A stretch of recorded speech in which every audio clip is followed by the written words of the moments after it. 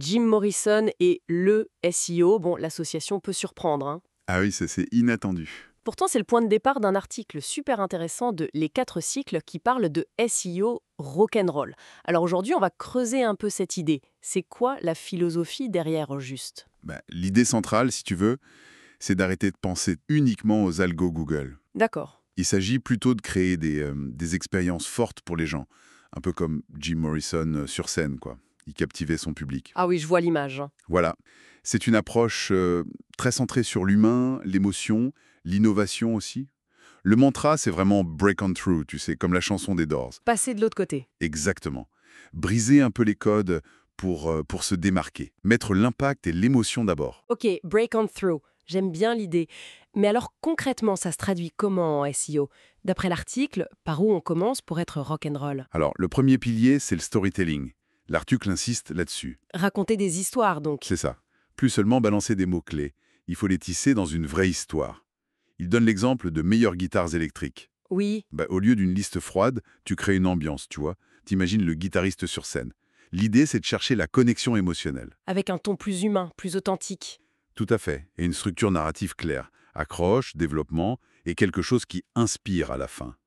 C'est presque l'inverse de l'optimisation purement technique, en fait. D'accord, donc on a notre histoire, notre chanson, mais comment on s'assure qu'elle est entendue? L'article dit quoi sur l'amplification, la diffusion? Ah, ça, c'est le deuxième pilier. L'article l'appelle le duo Love Me Two Times. Contenu et backlink, j'imagine. Exactement. Le contenu génial, c'est le roi. Mais les bons backlinks, c'est la reine. C'est eux qui assurent la diffusion. Donc, créer du contenu vraiment marquant. Oui. Des articles de fond, des vidéos qui claquent, des infographies qui engagent. Et pour les backlinks, l'article est très clair. Il faut de la qualité et du naturel. C'est-à-dire? Viser des liens depuis des sites qui ont de l'influence, qui sont crédibles et surtout pertinents par rapport à ton sujet. Et attention, hein, l'article met vraiment en garde contre les liens achetés ou artificiels.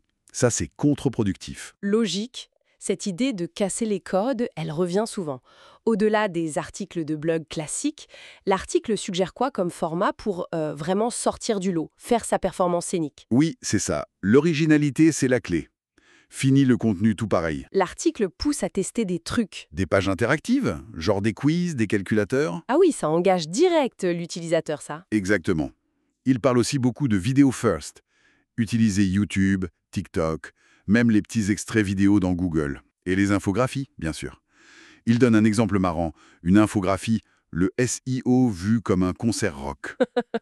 Pas mal. L'idée, c'est vraiment de surprendre, quoi. Tout à fait. De marquer les esprits. Innover, c'est une chose, mais une rockstar, ça crée aussi un lien très fort avec son public. Comment l'article propose d'aller au-delà des chiffres, des analytics, pour vraiment comprendre cette foule? Alors ça, c'est le quatrième pilier. Résumé par la formule « People are strange ». Les gens sont étranges. C'est un peu ça. Les stats, c'est utile, bien sûr, mais ça suffit pas. Il faut creuser pour comprendre l'intention réelle derrière une recherche, l'émotion, le besoin caché. Anticiper presque. Oui, anticiper ce que les gens chercheront après, devenir la ressource indispensable.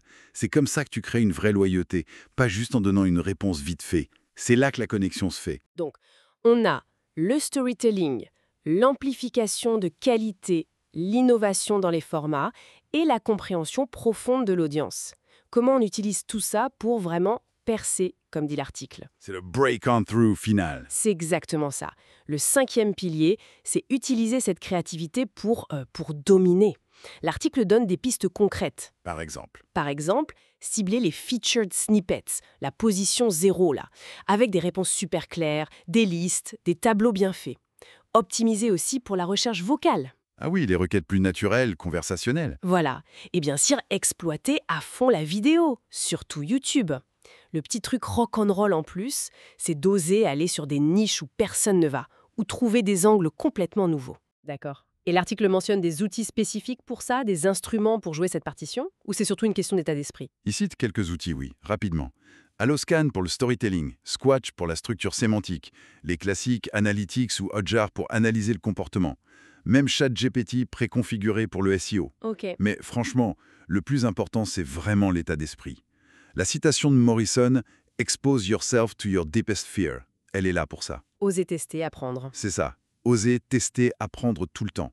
Voir le SEO pas comme un truc technique et barbant, mais comme une scène où tu peux t'exprimer. C'est une belle image. En résumé, donc, ce SEO rock'n'roll tel qu'il est présenté, il cherche pas juste le classement. L'objectif, c'est l'impact qui dure, la force du récit, l'originalité. Moins cocher des cases techniques que créer quelque chose qui marque vraiment. Laisser une empreinte. Alors qu'est-ce qu'on retient? Ça soulève une réflexion intéressante, je trouve. Au-delà d'appliquer juste une tactique ou deux, et si le vrai truc, c'était d'adopter complètement cette philosophie? De voir le SEO comme une performance, presque artistique. Est-ce que ce ne serait pas ça la clé pour vraiment se distinguer aujourd'hui? C'est une piste à explorer, non?